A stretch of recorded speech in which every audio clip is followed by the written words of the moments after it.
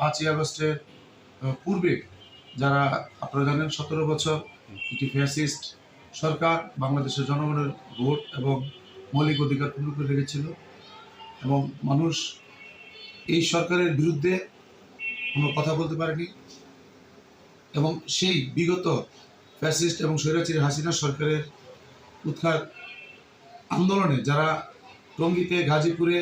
আমরা আন্দোলন সংগ্রামে যাদেরকে মাঠে পেয়েছি তাদেরকে নিয়েই আমাদের আগামী দিনের এবং তারেক রহমানের নির্দেশনা অনুযায়ী এবং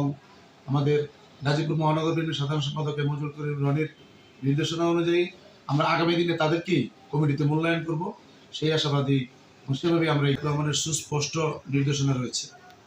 গুটি কয়েক ব্যক্তির জন্যে যারা দলের নাম ভাঙিয়ে নানান ধরনের অপকর্মে লিপ্ত হবে বা হচ্ছে, আপনারা ইতিমধ্যে জানেন যে বিএনপি প্রথম মাসেই 5ই আগস্টের পরে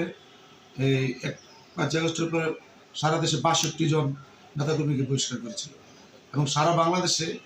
আজকে পর্যন্ত প্রায় এটা 1000-এর উপরে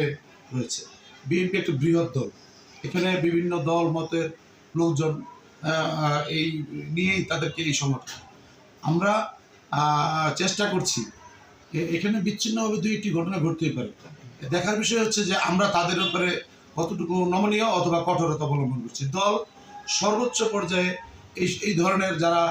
দল বিরোধী কাজে বা বিভিন্ন ধরনের অপকর্মে লিপ্ত হচ্ছে তাদের বিরুদ্ধে সাংগঠনিক ব্যবস্থা নিচ্ছে এবং পাশাপাশি আমাদের টঙ্গীতেও যেটি আপনি প্রশ্ন করেছেন যে বহিষ্কার রয়েছে গাজীপুরে বা টঙ্গীতে বিভিন্ন থানায়, তো এরা দলের সহযোগেই হয়তো কোনো মিটিং মিছিলে চলে আসে। আমরা সেটি আমাদের দৃষ্টিগোচর হলে অবশ্যই আমরা তাদেরকে সেটা মৌখিকভাবে এবং দলের যে সাংগঠনিক সিস্টেম সেই সিস্টেম মোতাবেক তাদেরকে আমরা সেটা সাবধানতা অবলম্বন করি বা নিষেধ করি।